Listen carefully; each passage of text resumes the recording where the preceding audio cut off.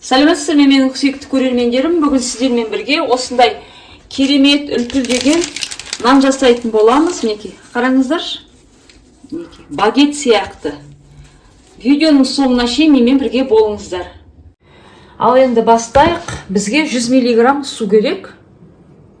Жылы су. Бесіне жылы су. Сосын 1 шай қасық құрғақ дрожь керек. Енді толтырмайын десеңіздер де болады, мынандай толтырмай 1 шай қасық мінекей. Сосын ас қасықпен 1 қасық қант. Сосын 3 ас қасық ұн.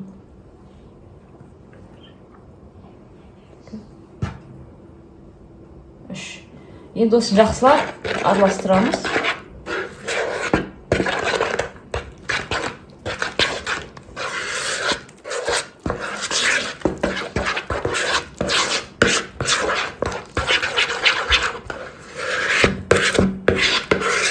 Мінекей болды. Енді бір 5-10 минутқа кішкене көтерілгенше бетін жауып жылы жерге қоя тұрамыз. Мінекей 10-15 минуттай тұрды. Көрдіңіздер ме? Жан-жағынан көбіктері пайда болып, әдемі көтерілді. Енді осыған біз 350 миллиграмдай болатын шығар су, наверное, жобалап су құямыз. Сосын енді осы сорғанша ұн саламыз. Ұнымыз біздің еленіп тұр. Елеуіштен өткізілген.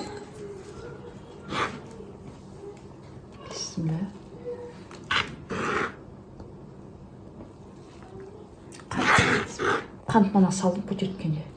Енді осының үстіне 1 шай қасық тұз саламыз. Шай қасығым кішкентай. Толтырып 1 шай қасық салыңыздар. Енді осыны ақырындап араластырамыз. Бұл енді ойлайсыздар ғой, бәрі нан ғой, дұрыс салса аши береді ғой деп.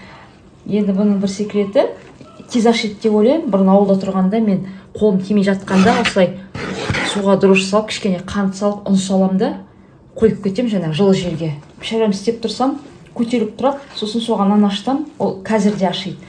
Соны мен де сіздермен бірге бөлісейін деп жатырмын. Қамырымыз жұмсақ болады. Өте қатты қылмаңыздар. Оны да міндетті түрде елеуіштен өткізу керек. Піскенде воздушный багеттер сияқты. Піскен кезінде аралары қуыс-қуыс болып, кәдімгідей күшті болып шығады. Сондықтан да солай. Осындай жұмсақ қамыр болып тұр. Қолға да кішкене жабысады. 3 ас қасықпен сұйық май, не болмаса осындай үйдің сармайын ертіп құюға болады. Жан-жағына құйып кішкене жаңағы жабысқан ұндары болсын.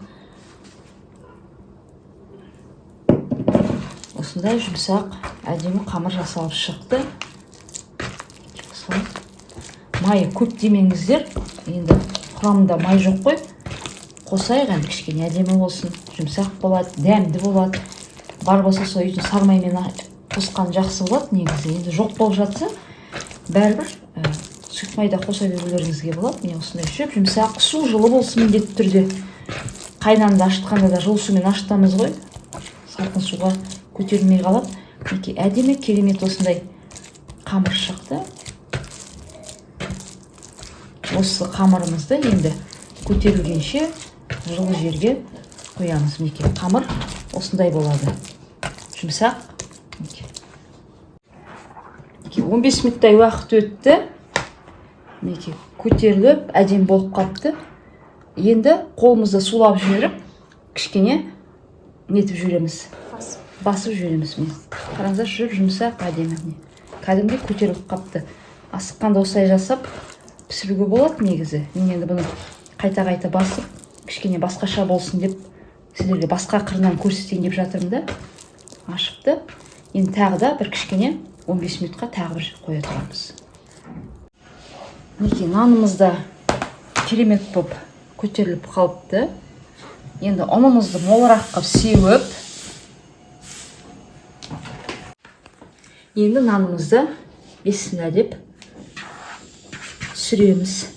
Былайынан сүре. Сіздерге де көрінсін.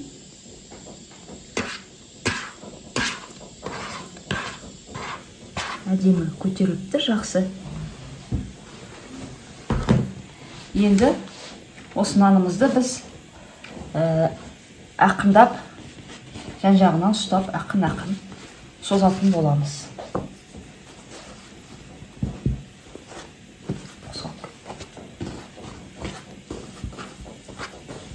Осылай мінекей.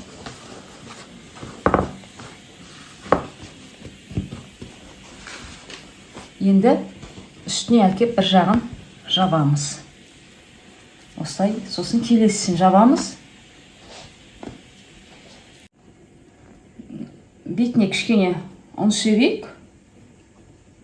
Өйстіп, бір әдемілігі де сол шығар мүмкін. Енді ар жағын аударуға да болады, аудармауға да болады. Мен енді аударып, тіккен жақтары көрінбесін, бүрген жақтары деп ар жағын аударамын. Хоп. Енді бұл жағына да ұн сеуіп жүреміз. Жетіп жатыр. Енді осы нанымызды біз қазір тең ортасынан бетіп бөліп алайық бірінші.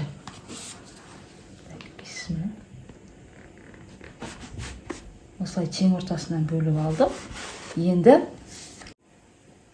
осылай ортасынан бөліп алдық та теңге сосын екі жағын тағы да бір бөлікке бөліп шығамыз. Сонда бізде төрт осындай нанымыз пайда болды.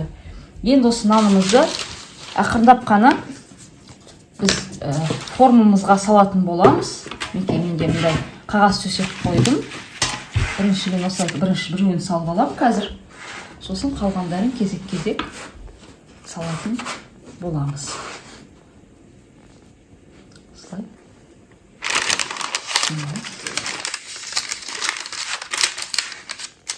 Енді екіншісін күшті дірілдеп тұр, көрдіңіздер ме? Әдемі көтерілген. Екіншісін саламыз. Бірлестіріп аламыз бетіп.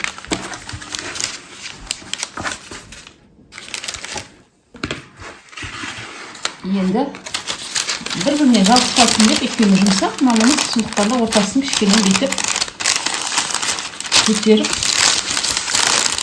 қазір қалған салатын боламыз екеуін. Неке нанымыз көтерілді. Енді духовкамызға 180, не болмаса 200 градуста 30-35 минутта ұстайтын боламыз. Сіздер енді өздеріңіздің духовкаларыңызға бақылап саласыздар. Ал енді кеттік. Барлықтарыңызға сәлем. Бүгін біздермен бірге маман жасаған итальянский нанның дәмін тататын боламыз. Чиабатта. Қалай? Чиабатта деп аталады. Чиабатта менің ұлым осы тамақты, осы нанды бір жерден жеген екен, сосын мама осылай жасап көріңіз дегесін жобалап жасап көрдім, бірақ өте керемет шықты. Міндетті түрде сіздер жасап көріңіздер. Жұмсақтығы сонда енді кесуге де не жатыр ғой. Ара сияқты пышақ. Ара сияқты пышақ Бөле салу керек пе? Жоқ, мен енді көрермендеріме көрсетейін енді.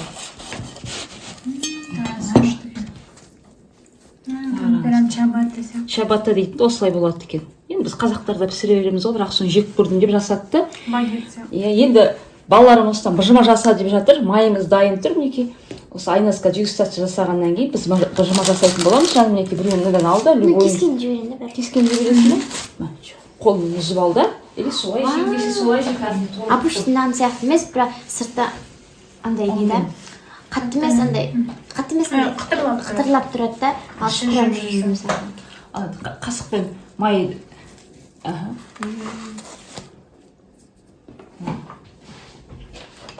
Жете ма? Жеп ала бер өзің. Жоқ, жете ма мен ұлым быжыма сұрап отыр. Қазір быжыма жасап жүреміз. Ыстық болып тұрғанда енді жасамаса қазір суып қалғасы болмайды. Ал дәм татамыз. Ас болсын.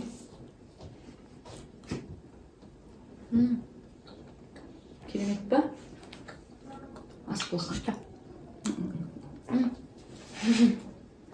Сорпамен ішіп күшті. Сорпамен?